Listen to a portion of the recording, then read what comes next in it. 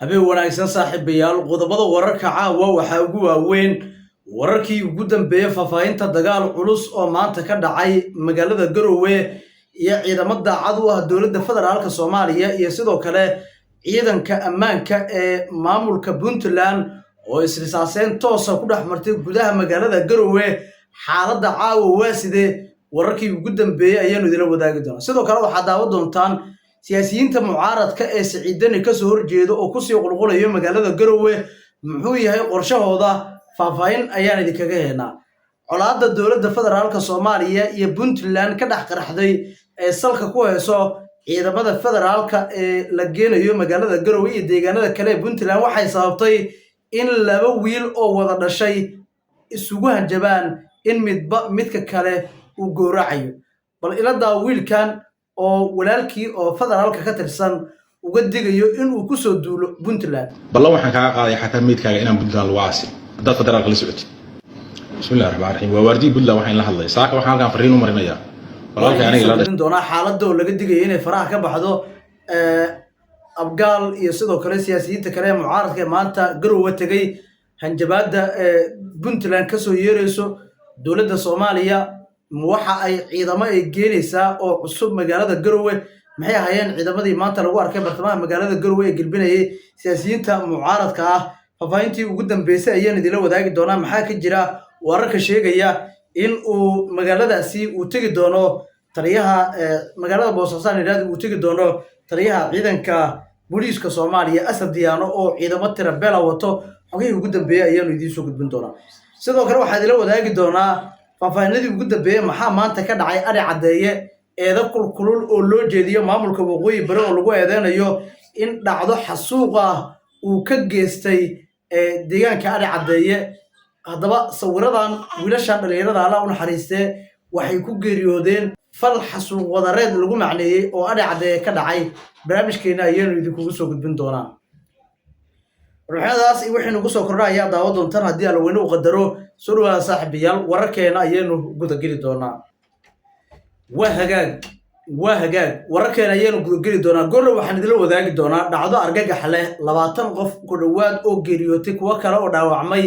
iyo sidoo kale dhacdada xasuuq wadareedka ee lagu eedeynayo maamulka waqooyi bari oo la sheegay inuu ka geystay deegaanka ari cadeeye iyo wiilasha dhalinyarada ah Allah u naxariistay ee ku geeriyooday dhacdadaasi ka dhacday deegaankaas ayaanu idin wadaagi doonaa laakiin waxaan rabaa markale inaan ku hormarino xaaladda magaalada Garowe muxuu ahaa dagaalkii maanta ka dhacay Garowe ciidamo Puntland ka tirsan ayaa la soo sheegayaa ma ciidamo kamid ah ciidamada ammaanka ee Puntland inay maanta weerar ay ku qaadeen siyaasiyiin ka soo jeedo gobolka Bari kuwaas oo doonayay inay galaan magaalada Garowe oo dhawaan shir uga furmi doono mucaaradka ka soo horjeedo madaxweyne Siciid Cabdullaahi Deni haddaba wararku waxay sheegayaan in siyaasiyiintaasi uu hogaaminayay senator hore nin lagu magacaabo Maxamuud Mashruuc oo kamid ah siyaasiyiinta ka soo jeeda Puntland iyadoo oo la soo sheegay in dagaal culus uu ka dhacay kontaroolka bari ee magaalada Garowe waxaana uu sababay qasaare isugu jira dhimasho dhaawac oo kala gaaray dhinacyada dirtu dhaxmartay iyo dad shacab inkastoo ilaa hadda aan la helin cadada rasmiga ah ee qasaaraha ka dhashay dagaalkii maanta waxaa si nabada isla maanta magaalada Garowe ku tagay siyaasiga la yiraahdo Xasan Shir Abgaal oo isagu waliba lagu soo dhaweeyay gaadiid dagaal maadaama uu ka soo jeedo gobolka Nugaal halka xukuumadda Deni la sheegayo inay culays gaar ah ay saarayso siyaasiyiinta dhaqanka oo markaasi siyaasiyiinta dhaqanka deegaano gaar ah sida gobolka Bari waa sida eedda ay u jeedinayaan siyaasiyiinta ka soo jeedo gobolka Bari haddaba ciidamo ka tirsan federaalka iyo ciidamada Puntland ayaa markii ugu horeysay maanta si toos ah Garowe isugu risaasiyay dhacdadan waxa ay bixinaysaa waji fool xun oo ku aadan xaaladda ka taagan Puntland oo iska diidayso in ciidan federaal ah ay tagaan deegaanadeeda inkastoo ay ku sugayeen hadda qayb ka mid ah Puntland siyaasiyiintii mucaaradka maanta ciidamada federaalka ayaa galbinayay iyada oo mucaaradka Denina la soo sheegay inay caawa la wareegeen magaalada Garowe dhaqdhaqaaqeeda oo siyaasado mucaaradaha caawa Garowe ay ka daaray yihiin kulamo kala duwan ayaana hoteelada magaalada Garowe caawa ka soconayo waa fariin uusan jeclaysan madaxweyne Siciid Cabdullaahi Deni waxa caawa Garowe ka soconay haddaba xaaladan isheesiga Deni iyo Xasan Sheekh ee salka ku haya ciidamada federaalka ee qaybta 54 ee la geenayo Puntland waxaa ama laga unkamayo puntland waxay sababtay in dadkii walaalaha ahaa ay isnacaan laba wiil oo wada dhashay ayaa midka weyn wax u hanjabayaa midka ka yar muuqaalkan aan raba inaan idila wadaago waa laba wiil oo wada dhashay oo midi uu hanjabayo midka kale waxaana uu leeyahay shalay hooyo ayaa iga ka hortaagneed oo maantase ma aqbalayso inaad adiga oo ku soo duushay puntland oo sheeganaya federaal inaad sii noolaato xitaa wuxuu leeyahay meedkaaga puntland laguma aasi doono waa dhacdo dhiilo ximbaarsan waxaana ay ka dhalatay diidmada dadka puntland ay diidayaan arrinta ku aadan ciidanka federaalka ee lagu abuuraya puntland waa maamulka keliya hadda uusan ciidan federaal uusan joogin marka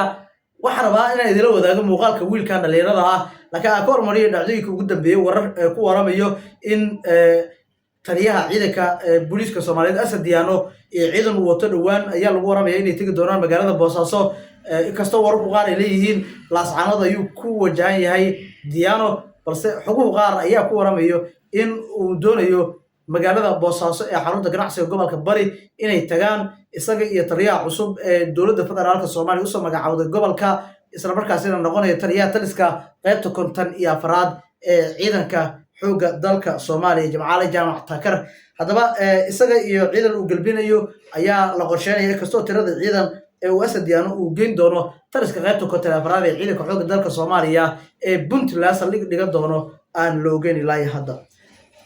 maxay ka dhigan tahay in naceeb intaasi leeg dadka Puntland ay u qaadaan ciidanka militariga Soomaaliya Puntland ay tiraado dalka kama jiro military Soomaaliyeed ama ciidan xooga dalka Soomaaliyeed oo ciidanka xooga dalka Soomaaliyeed wuxuu imaan karaa marka heshiis buuxa la gaaro oo laga heshiiyo hanaan dhismeedka ciidanka qaranka marka waxaan ognahay Koonfur Galbeed Galmudug Hirshabelle iyo sidoo kale gobolka Banaadir oo caasimadii ay ku taalo dhammaan waxa joogo ciidan xooga dalka Soomaaliya xitaa maamulka waqooyi bari waxa joogo ciidan xooga dalka Soomaaliya oo markaasi dowladda federaalka Soomaaliya ka amar qaata kasoo qaybta koonfurad iyaguna ay ka tirsan yihiin oo dowladdu ay doonayso ciidanka halkaasi joogo oo saraakiil iyo markaas halkaasi ku sugan ay yihiin ay doonayso in qaybta koonfurad lagu daro haddana waxaa la isweydiinayaa sababta Puntland ay u diideyso ama dhibaatada ay u aragto in ciidan xooga dalka Soomaaliyeed deegaanadeeda la geeyo marka saashaas waa su'aal isweydiin mudan aragtida hoos ayaa noogu reebi kartaa oo dadkii ka falceliyay kadib wiilka dhalinyarada muuqaalkiisa marka daawato aragtida hoos ayaa noogu reebi kartaa naceebka inta leeg maxay ugu qaadeen dadka Puntland bal aan idila wadaago muuqaalka wiilka dhalinyarada ah intaan warbixinada kale barnaamijkeena iyo dhacdooyinka xasuuq lagu waramayo inay ka dhaceen adhi cadeeye aan gelin bal aan idila wadaago wiilkan faaladana hoos noogu reeb waxa muuqaalkiisa kaaga baxay ballan waxaan kaaga qaaday xataa meedkaaga inaan Puntland lagu aasi dad federaalka la socotay bismillaahir rahmaanir rahiim waa waardi Puntland waxaan la hadlay saaka waxaan halkan fariin u marinayaa walaalkay aniga ila dhashay da'dii iga yaray oo soo raacay federaalka oo leeyahay ciidan federaal baan ahay awal hore waxa iga ka hagooganay Firdaws Cabdullaahi bay ahay Firdaws Cabdullaahi saaka wada hadalna hadalkan ku wada hadalna ku sheegay dhageyso waxay tii adduunka waxa igu farxad murugada igu daran waxa weeye wiilka adigu aa dhashay asagoo federaal la socda Puntland qor ku soo riday farxadda igu qaalisan waxa weeye bay tir wiilkaagi oo federaalka weerar ka soo qaaday waa wiilkaagi iyo Puntland difaacay wadna xabad uga dhuftay ballan waxaan kaaga qaaday xataa meedkaaga inaan Puntland lagu aasi dad federaalka la socotay Soomaaliya ka soo kala kari waayay waxaan ku ballan qaadayaa inaan xataa meedkaaga Puntland lagu aasi awal baa laga ka hortaagnaaye bal hadda si fiican baa soo arkaynaa si fiican aragtida wali waxay tahay bal kaliya ha dhacdo in xabad inta juc Puntland ku soo siisay aad ku dhiman weydid adoo nabad qaba aad ka soo laabatid bal inaad noolaatid halkaas aan ugu dhufanayaa federaalka ay ka celiyaan federaalka ka saaro daadi iga yaray adigoo ah ba halka xabad kaaga dhufanayaa meedkiisana waxaan leeyahay federaal buu soo waday meedkiisa xataa Puntland lagu aasi maayaan leeyahay meeshii lagu aasi lahaa meedkaaga in la soo qabsado ballan cid iga ka hortaagnay saakay noo kala banaysaa cid iga ka hortaagan ma jiro waana ogtahay waata maxaa kaaga baxay federaalka Soomaaliya waxa ka dhamaan lahaa dhaqdhaqaaq waxaa loo heystaa dhacdo oo ka dhacda adhi cadeeye وإن سلام يا وحين الله ووردي in kasta oo aanay jirin caddeemo rasmi ah oo ku aadan in maamulka waqooyi bari ciidamadiisu ay geysteen fal ku dhisan aan qabiil oo ka dhacay deegaanka Ari Cadeeye oo loo geystay beel lagu magacaabo beesha Faqashini oo kamid ah beelaha dega maamulka waqooyi bari Soomaaliya haddana waxa maanta halkaasi ka dhacay dhacdo fool xumo ah oo dadka wax ku qoran baraha bulshada qaarkood ay ku eedeynayaan in ay ku lug leeyihiin ciidamada ammaanka ee waqooyi bari inaga ma xaqiijin karno sheegashooyinka iska soo horjeedo laakiin muuqaalo lagu baahiyay baraha bulshada waxay muujinayaan gaadiid kamid ah gaadiidka dagaalka ee ciidanka booliiska ee maamulka waqooyi bari oo furinta dagaalka ee dadka meesha wax lagu xasuuqa joogo haddaba waxa maanta xasuuq loo geystay ama loogu geystay degmada Ari Cadeeye dad shacab ah kuwaasi oo gaaraya ku dhawaad 20 qof waxay isugu jiraan hooyooyin caruur macallimiin dugsi odayaal kuwaasi oo ka soo jeedo beesha la yiraahdo Faqashini Habargidir haddaba waxa leeyahay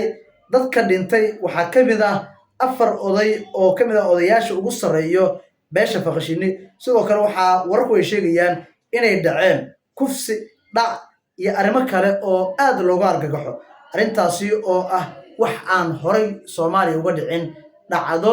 noocan oo kale ah oo haddana cidda lagu eedeynayo ay tahay deegaan maamul ka jiro maamulkii meesha ka jira lagu eedeynayo inkastoo dhinacyadu ay kala duwan yihiin laakiin maamulka waqooyi bari ilaa iyo hadda iskama bari yeelin eedda loo jeediyay ee dhacdadan foosha xun ee ka dhacday deegaanka Ari Cadeeye anigu ka warbaahin ahaan xogaha aan soo aruurinay waxay sheegaysaa in dhacdadaas ay dhacday gaadiidka ciidanka booliiska ee waqooyi bari meesha lagu arkay laakiin ma jirto xaqiijin rasmi ah oo aan xaqiijin karno in maamulka waqooyi bari uu ku lug lahaa dhacdadii foosha xumeed ee ka dhacday halkaas laakiin sheegashooyinka dhinacyada deegaanka ka soo jeedo ayaa sidaas xitaa gudoomiyaha baarlamaanka ee waqooyi bari ayaa kamid ah dadka ay saameysay dhacdada foosha xun ee ka dhacday markaasi deegaankaasi haddaba artaada ku aad warbixintaasi iyo warbixinada kale kasii horeeyay hoos ayaa nagu reebi kartaa guud ahaan qaybta inta ayaa jeclaa caawa inaan kusoo meero mid lacana barnaamijka intaynu ku kulmi doono akhyaarta qiimaha iyo qadarta naga mudanow waxaan idinkaga tegaynaa sidaas iyo ammaano